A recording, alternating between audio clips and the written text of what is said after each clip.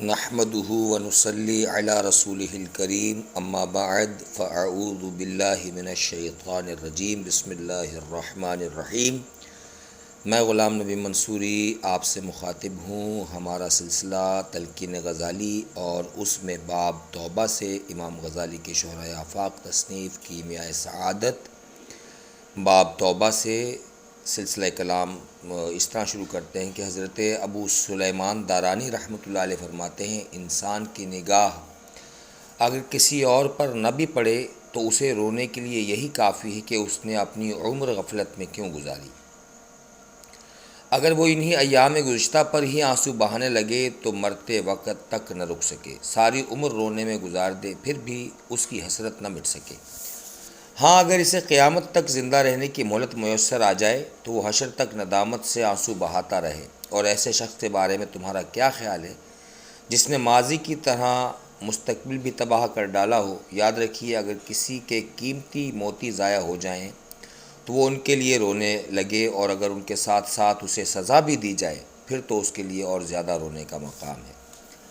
بس یوں سمجھ لیجئے، زندگی کا ایک ایک سانس قیمتی موتی ہے، اور ایسا قیمتی جس کی صحیح قدر و قیمت کی جائے تو سعادت ابدی کا حاصل کرنا قطعاً دشوار نہیں۔ اگر اسے گناہوں کی نظر کر دیا جائے تو کیا ہلاکت و بربادی نہیں ہے؟ کیا ایسے شخص کی حالت قابل عبرت نہیں؟ ہاں، کیوں نہیں، مگر احساس تو تب جا کر ہوگا جب اسے اس کی پہچان کی خبر ہوگی۔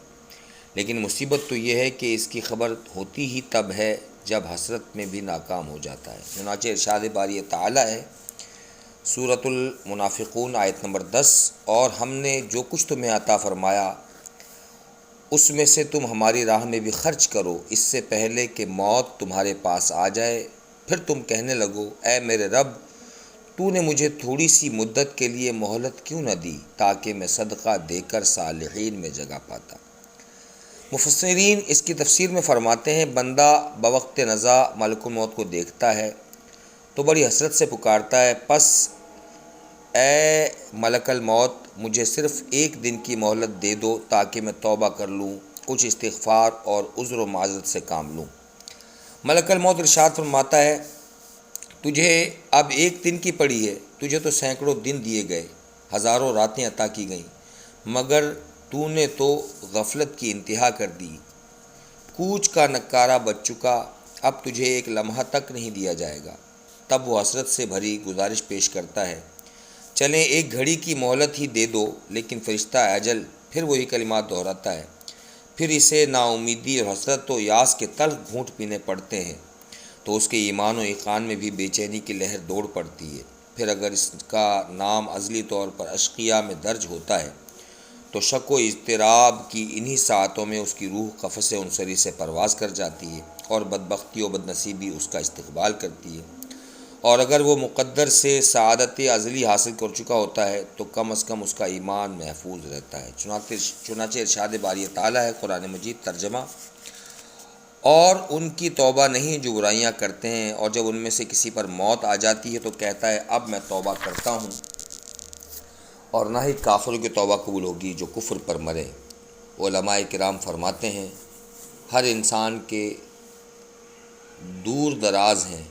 ایک تو جب انسان پیدا ہوتا ہے، شکم مادر سے باہر آتا ہے تو اللہ تعالیٰ فرماتا ہے، اے میرے بندے، میں نے تجھے صاف پاک پیدا فرمایا اور تجھے تیری عمر بطور امانت تیرے سپرد کی، دیکھنا کہیں امانت میں خیانت نہ ہونے پائے، میں دیکھوں گا تو مجھے واپس کس حالت میں کرتا ہے۔ اور پھر وہ دوبارہ بڑے راز دارانہ انداز میں بوقت نزا دریافت فرماتا ہے، اے میرے بندے، میں نے جو امانت تیرے حوالے کی تھی، کیا تو نے اسے سنبھالنے کی کوشش کی؟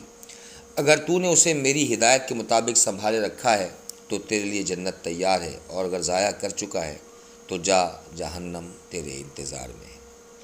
آج تک کے لیے بس اتنا ہی، انشاءاللہ سلسلہ کلام کو کل دوبارہ شروع کریں گے۔